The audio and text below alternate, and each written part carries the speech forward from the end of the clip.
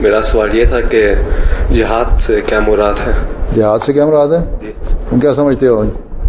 مجھے تو یہ بس کیا کہ ایک غلط چیز ہے. غلط چیز ہے؟ جی بس اتنا ہی پتہ ہے تمہیں؟ جی. اور ایک دفعہ بیٹھ جاؤ. ایک دفعہ حضرت صلی اللہ علیہ وسلم ایک جنگ سے واپس آ رہے تھے. ایک پہلی بات یہ بتا دوں کہ جہاد یا جنگ جب بھی مسلمانوں نے کی، مسلمانوں نے کبھی پہل نہیں کی، ٹھیک ہے؟ ہمیشہ ان پہ حملہ ہوا یا ان کو تنگ کیا گیا تو مسلمانوں نے جواب دیا، ٹھیک ہے؟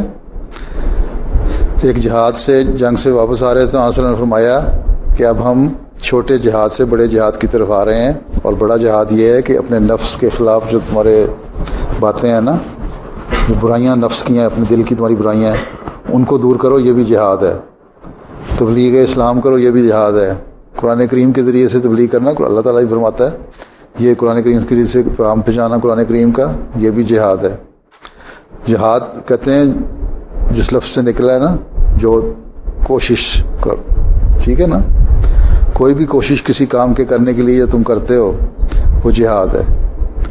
اور اگر تم اپنے نیک کام کرنے کے لیے کوشش کرتے ہو ہیں تو تم جہاد کر رہے ہو. اپنے دل، تمہارے اندر کوئی برائیاں ہیں نا، ان کو دور کرنے کے لیے تم کوشش کرو تو یہ جہاد ہے تمہارا. اب اس میں برائی کیا ہے کوئی برائی؟ کھڑے ہو جانا. نہیں، کوئی برائی نہیں. اگر تم تبلیغ کرتے ہو، جی، لٹریچر پمفلٹ تقسیم کرتے ہو یہاں جرمنوں کو، جی، یہ جہاد ہے. اس میں برائی ہے؟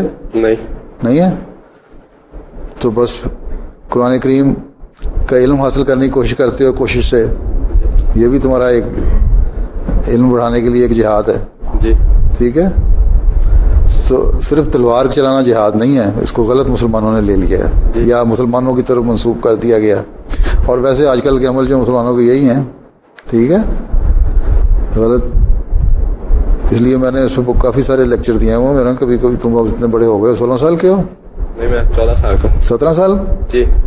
تو بس پھر وہ پڑھو میرے لیکچر، تو ان میں جہاد کی سمجھ آ جائے گی.